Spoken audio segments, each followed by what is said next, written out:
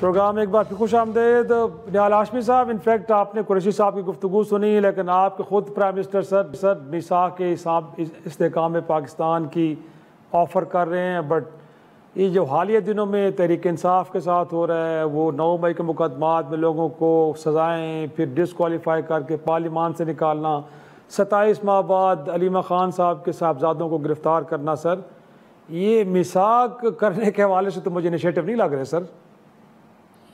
भाई अगर मुझे विदाउट इंटरप्ट 1.5-2 मिनट दे देंगे तो I will be grateful.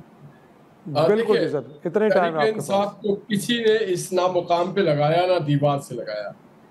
Tehreek Insaf इस मुकाम पे अपने कारनामों, अपने करतूत, अपने काम के वजह से आई है। तहरीक इंसाफ ये नहीं था कि किसी जलसा गाह में बैठी थी या रैली निकाल रही थी, वो डायरेक्ट पाकिस्तान के असासों पे हमला कर रही थी। और वो भी कौन से असासे? दिफाई असासे। दिफाई असासों में हवाई जहाज, वही हवाई जहाज जिन्होंने हिंदुस्तान के राफेल को गिरा दिया, उसी के जो हीरो थे MM आलम, उसके जहाज पे आप अगर हिट करें, वही असासे जो कर्नल शेर खान के जो स्टैचू था उसको तोड़ देना, वही अफवाज पाकिस्तान के कमांडर, कोर कमांडर के घर में आप घुस जाना, वही GHQ जिसने पाकिस्तान का सर बुलंद किया, पाकिस्तान का दिफा किया, उस पर जाके आप हमला आवर होना, बोतल बम फेंकना। आपको हक हासिल है, आप एहतजाज करें विद इन द पैरामीटर्स, मगर अगर आप एहतजाज को तखरीबकारी में और दहशतगर्दी में तब्दील कर देंगे तो दुनिया का कोई माशरा, कोई मुल्क, मैं नहीं कह रहा हूँ, आपके टेलीविजन ने इफ्तिखार साहब दिखाया, आपके टेलीविजन ने दिखाया, पाकिस्तान के मीडिया ने दिखाया, सोशल मीडिया ने दिखाया कि इन्होंने क्या किया पाकिस्तान के रियासत के इदारों के साथ, पाकिस्तान के साथ। तो इनको कोई दीवार से नहीं लगा रहा है। अच्छा, आप इनसे सवाल करते हैं, पाकिस्तान का जवाब देते हैं तहरीक इंसाफ और उनके लोग जो जेल में हैं। भाई हमने या पाकिस्तान के अवाम ने कहा था कि आप 190 मिलियन पाउंड को खुर्द बुर्द कर लें। अगर आप पाकिस्तान के कौमी सरमाए को खुर्द बुर्द करेंगे तो आपने उसकी जो नतायज है वो भुगतना है। इनका मामला है, अदालत है, जेल है, वकील है, ये कौमी जो मामलात है उसमें हिस्सा नहीं लेते और हर जगह पाकिस्तान पे फौकियत देते हैं।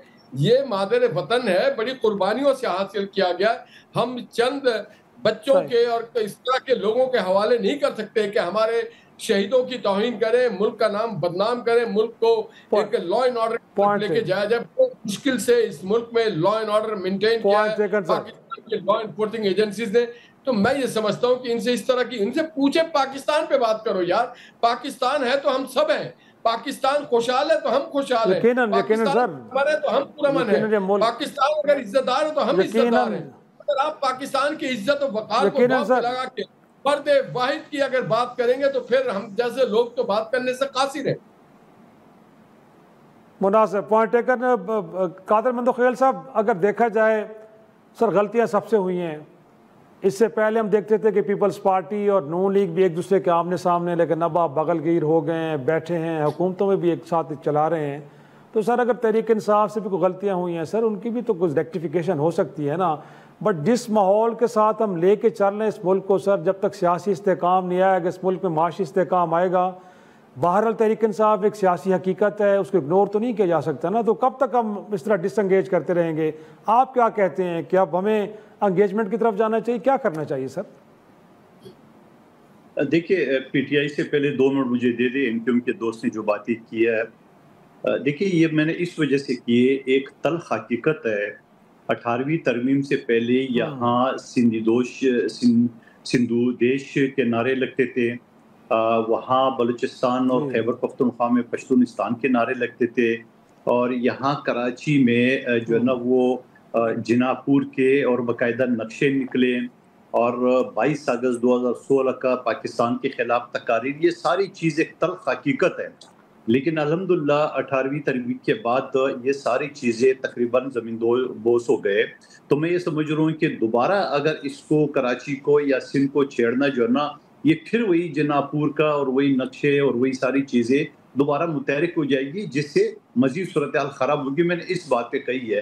बाकी सूबे में ये सूरत हाल नहीं है जो सूबों के तकसीम के हवाले से या इंतजामी है, जो भी है। अच्छा, जो PTI की बात की है आपने, आप मुझे बता दें कि 8 फरवरी 2024 के इलेक्शन के बाद खुर्शीद शाह साहब ने बाकायदा इनसे रब्ता किया है। गो के पीटीआई के नाम पे कोई भी MNMPA नहीं जीता, लेकिन चूंकि जो जीते आज़ाद वो भी पीटीआई के थे, तो हमने ऑफर की उनको कि आइए आप गैर मशरूत तौर पे आप हुकूमत बना ले, हम आपको सपोर्ट करते हैं। तो जवाब क्या मिला वो आपके सामने। फिर ज्वाइंट सेशन से आसिफ अली जरदारी साहब ने ऑफर किए, जवाब क्या मिला वो आपके सामने। हर टॉक शो में नदीम कुरैशी साहब के साथ मेरे बड़े टॉक शो हो चुके हैं बड़े, और हर जगह पे हम ये बात करते हैं कि आइए एम्पायर को उंगली ढूंढना छोड़िए, आप सियासी लोगों से बात करें, आपकी उनकी शक्ल पसंद नहीं होगा, उसका नजरिया पसंद नहीं होगा, लेकिन आपको मजबूरन जो है ना वो सियासी लोगों से डाला करनी पड़ेंगे, क्योंकि दरिया पार आपको यही करेंगे।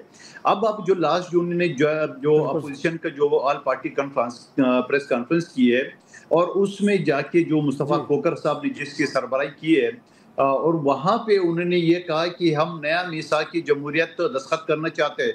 अगले दिन इनकी जनरल सेक्रेटरी जो बेचारा नौमौलूद सियासतदान है, वकील अच्छे होंगे मगर सियासत को उनको अली बेहते नहीं पता, सलमान अकरम राजा साहब, वो कह रहे नहीं जी हम नून लीग और पीपल्स पार्टी से बात नहीं करेंगे। तो अब इनसे पूछिए कि आप मोदी से बात करेंगे मीसाक की जमहूरियत की, या ट्रंप से करेंगे, किससे करेंगे? जब सियासी लोगों से आपके पास जो बच्चे कुछ सियासी थे वो भी आपने नाराज कर दिए। मौलाना साहब के घर पे बड़े आपने तवाफ किए, उसको भी नाराज कर दिए।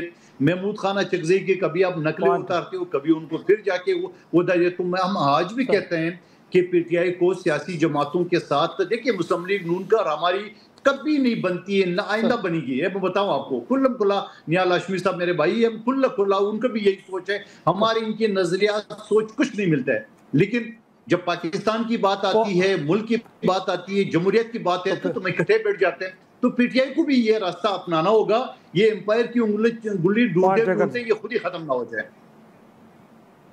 Point taken sir. मैं ताहा साहब आपके भी कमेंट्स चाहूँगा, क्या इनफैक्ट रवैया कहाँ पे गड़बड़ है, किसको ठीक करना है ताकि मुल्क के अंदर सियासी इस्तेकाम आए? बिल्कुल जी, ज़रूरी बात है, इस पर बात करनी चाहिए। अच्छा, 2-3 पॉइंट्स हैं बड़े इम्पोर्टेंट। सबसे पहले तो देखें, हमने 18th अमेंडमेंट को सपोर्ट किया, ना हम 18th अमेंडमेंट के अगेंस्ट हैं। हम ये चाहते हैं कि 18th अमेंडमेंट की प्रॉपर इम्प्लीमेंटेशन हो, डेवोल्यूशन ऑफ पावर हो, आर्टिकल 148 पे इम्प्लीमेंटेशन हो। जहाँ तक रही बात जिनापुर की या सिंधु देश की, तो जिन्होंने जिनापुर के नक्शे जब निकले थे तो फिर उसकी क्लैरिफिकेशन भी टीवी चैनल्स पे आ गई थी। मैं उस तफसील में नहीं जाना चाहता। एक बात का ज़रूर यकीन दिलाना चाहता हूँ कि जब तक मुत्तहिदा कौमी मूवमेंट पाकिस्तान है, जिसको पिछले 40 साल से अरबन सिंध की आवाम वोट दे के ऐवान में अपना मुकदमा लड़ने के लिए भेज रही है, तो इंशाल्लाह ना जिनापुर का कोई नक्शा बना पाएगा और ना कोई सिंधु देश का ख्वाब देख पाएगा। इन तमाम चीज़ों को ख़त्म होना चाहिए, और इन तमाम चीज़ों को रोकने के लिए ही एडमिनिस्ट्रेटिव यूनिट्स का बनना ज़रूरी है, ताकि निज़ाम मैनेजमेंट बेहतर हो, लोगों में महरूमियाँ ख़त्म हो। दूसरी बात, एक मुआहिदा होता है 2006 में, चार्टर ऑफ डेमोक्रेसी लंदन में, जिसमें मोहतरमा बेनज़ीर भुट्टो साहिबा साइन करती हैं और नवाज शरीफ साहब साइन करते हैं। उसमें ये एक पॉइंट रखा जाता है कि जब पीपल्स पार्टी की गवर्नमेंट अगर बनती है तो लीगल और कॉन्स्टिट्यूशनल प्रोटेक्शन देंगे लोकल गवर्नमेंट को। उसके बाद पीपल्स पार्टी की गवर्नमेंट आती है, कॉन्स्टिट्यूशनल अमेंडमेंट्स होती हैं, लेकिन लोकल गवर्नमेंट को कोई प्रोटेक्शन नहीं दिया जाता। पीपल्स पार्टी ने तो मोहतरमा बेनज़ीर भुट्टो के साइन का, उनके विजन का पास नहीं रखा।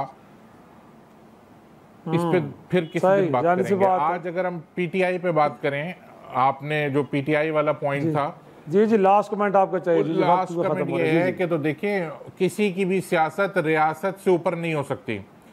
आप तमाम पॉलिटिकल स्टेक होल्डर्स को जो मशवरा दे रहे हैं, तमाम लोग दे रहे हैं जो भी इस मुल्क की फलाह बहबूद चाहते हैं कि सबको साथ लेके चलें, मैं चाहता हूं कि तहरीक इंसाफ को भी कोई मशवरा दे कि किसी की भी सियासत रियासत से ऊपर नहीं हो सकती। पाकिस्तान है तो हम सबकी सियासत है। जो अमल 9 मई को पाकिस्तान तहरीक इंसाफ ने किया, वो अमल है जो किसी दुश्मन मुल्क की फौज किसी दुश्मन मुल्क में कब्जा करके करती है। सबसे पहले क्या करती है कि वो फौजी तंसीबात को नुकसान पहुंचाती है, अफवाज पाकिस्तान के जो अफसरान होते हैं उनके घरों पे हमला करती है, उनके दफातर पे हमला करती है। तो ये तमाम चीज़ों की इनको चाहिए कि ओपन माफ़ी मांगें, इनके लीडर को चाहिए कि कहें कि हमारा कोई ताल्लुक नहीं है और हम इसकी माफ़ी मांगते हैं। सही, बिल्कुल ठीक है। नाज़रीन, हम चाह तो रहे थे कि नदीम कुरैशी साहब को भी इस मामले पे जवाब लें, लेकिन बाकी को ख़त्म हो गया है। आज के लिए इतना ही, इजाज़त दीजिए। खुदा हाफिज़।